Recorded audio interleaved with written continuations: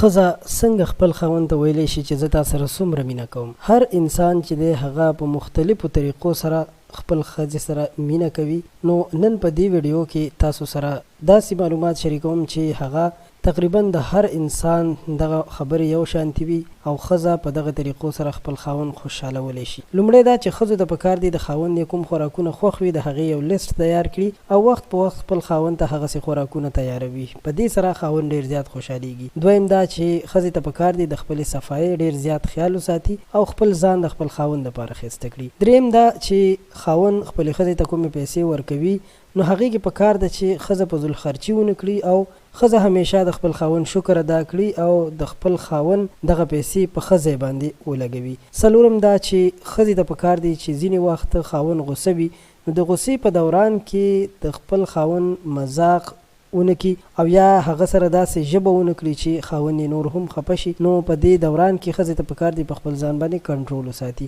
پنځم دا چې که خاوند یو کار خوښ وي نو ښځې ته پکار دی چې دغه کار د خپل خاوند تعریف وکړي او په تعریف سره به هغه خوشحاله شي. شپږم دا چې ښځې ته پکار دی خپل خاوند د څه وخت دپاره یوازې پرېږدي ځکه چې هغه خپلو دوستانو سره وګرځي د خپلې خوښې کوم څیز چې دی هغه وکړي یا مثلا جیم ته لاړ شي یا ګاډی واخلي یا نور څه وکړي. نو په دغه کې هم ښځې ته پکار دی چې خپل خاوند خپلې مرضۍ ته پرېږدي. اووم دا چې بې ځایه د نکته چینۍ نه پرهیز وکړي، هره خبره کې د خپل خاوند سره لانجې نه کوي.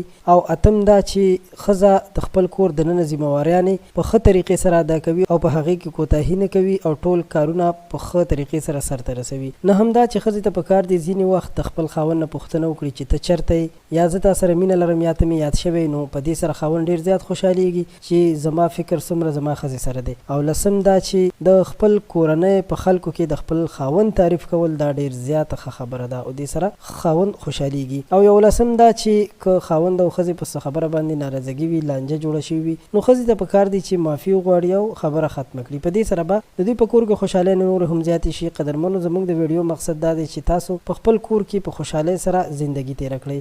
که ستاسو دا ویډیو خوښه شوې وي ویډیو لایک کړئ، چینل هم سبسکرایب کړئ. وخت په وخت به تاسو سره هم دغسې ښکلي معلومات شریکوو. یو جهان مننه.